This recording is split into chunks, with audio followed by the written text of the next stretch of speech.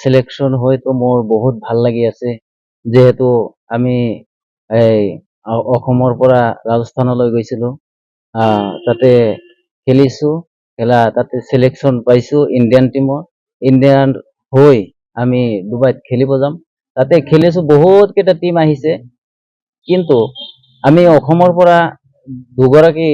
selection হৈছো অসমৰ টিমৰ হৈ খেলিম ডুবাইত কিন্তু এজন হল গোৱালপাৰা ডিষ্ট্ৰিক্টৰ চন্দন ৰাভা আৰু বৰপেটা ডিষ্ট্ৰিক্টৰ অমৰজ্যোতি ক্লাবৰ সদস্য আলাউদ্দিন খান মোৰ নামে আলাউদ্দিন খান মোৰ বহু দিনৰ আগত সপোন আছিল এই সপোনটো এতিয়া সাফল্য হ'ব আৰু ডুবাইত যাম যে তাতে কোৱালিফাই হ'বলৈ যাম 2028ত অলিম্পিক আছে ডুবাইত যদি কোৱালিফাই হওঁ 2028ত অলিম্পিক খেলিব পাৰিম অঞ্চলৰ নিজৰ গাঁৱৰ নিজৰ ক্লাবৰ সন্তান আলাউদ্দিন খান ডাঙৰীয়া অলিম্পিকলৈ যাবলৈ বাট বুলিছে আৰু লেক্ৰছ এটি নতুন খেল আৰু 2028 চনত লছ এঞ্জেলছত হ'বলগীয়া অলিম্পিকত এইবাৰ নতুনকৈ সংযোজন হৈছে এই ক্ৰীড়া অসমত প্ৰভাৱ কম যদিও আমাৰ যুৱকে ৰাজস্থানত প্ৰশিক্ষণ আৰু তাৰে পৰামৰ্শ অনুসৰি খেলি এইবেলি নেশ্যনেল টিমত স্থান লাভ কৰিছে আমি খুব সুখী আৰু আশা কৰিছো যে তেওঁ ডুবাইত হ'বলগীয়া কোৱালিফাইং গেমত তেওঁ কোৱালিফাই কৰিব আৰু ভাৰতৰ দলটোৱে কোৱালিফাই কৰিলে নিশ্চিতভাৱে তেওঁলোকে অসম সন্তান তথা চেঙা সমষ্টিৰ সন্তান গহপুৰবাৰী অঞ্চলৰ সন্তান আলাউদ্দিন খানে ভাৰতৰ হৈ প্ৰতিনিধিত্ব কৰি অলিম্পিকলৈ যাব পাৰিব আমি আশা কৰিছো সকলোৰে সুবাসিক আলাউদ্দিন খানলৈ আৰু অসমৰ ক্ৰীড়া তথা এথলেটিক জগতলৈ এনেকুৱা বহু প্ৰতিভাৱান যুৱক যুৱতী আছে যিসকলে যিবিলাক খেলা আমাৰ ইয়াতে বিশেষ চৰ্চা নচলে সেইবিলাকৰ ওপৰত নিশ্চিতভাৱে চৰ্চাৰ ফল আছে আমাৰ আলাউদ্দিন খানে ইতিমধ্যে চাইক্লিঙৰ ওপৰতো তেখেতে প্ৰশিক্ষণ লৈ আছে কিছুদিন পিছত মণিপুৰত তেখেতে খেলিবলৈও যাব আশা কৰিছো তাতেও তেওঁলোকে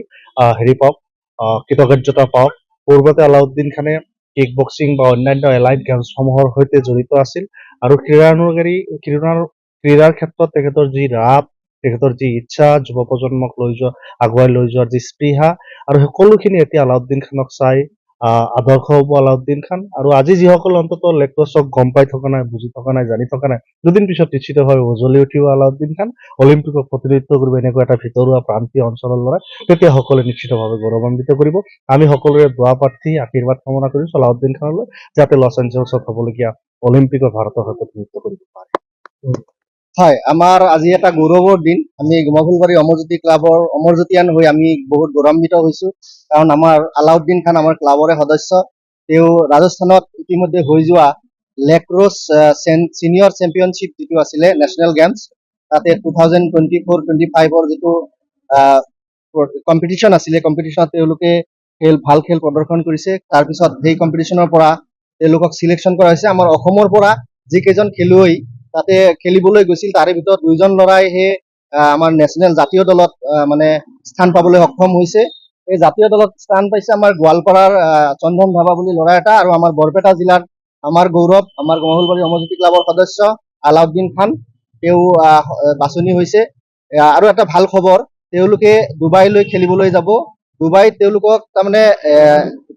অলিম্পিকৰ কাৰণে বাছনি যিটো পৰীক্ষা হ'ব বাছনি খেল যিটো হ'ব সেই বাছনি খেলত বাছনি হৈ গ'লে তেওঁলোকে 2028ত যি অলিম্পিক খেল হ'ব আমেৰিকাত এই অলিম্পিক খেলত তেওঁলোকে অংশগ্ৰহণ কৰিব পাৰিব এইটো আমাৰ কাৰণে খুব গৌৰৱৰ বিষয় ঘৰত আনন্দ আৰু সম্পৰ্কৰ চমক বজাই ৰাখিবলৈ জৰুৰী হৈছে সকলো আনন্দময় মুহূৰ্তত মৰমৰ উপহাৰ দিয়াটো সেইবাবে মধুশ্ৰী জুৱেলাৰ্ছে আনিছে সকলো ৰঙীন ক্ষণৰ বাবে বিশেষ গহনা হীৰাৰে হওক সোণৰে হওক বা ৰূপৰে হওক শ্ৰেষ্ঠ ডিজাইনছ আৰু হলমাৰ্কযুক্ত গহনাই ৰাখে সম্পৰ্কক নিখুঁত তেনেহ'লে আজিয়ে আনক আনন্দ মধুশ্ৰী জুৱেলাৰ্ছৰ সৈতে যোগাযোগ কৰক 7028000341 নাইবা ভিজিট কৰক LNB ৰোড নলবাৰী অসম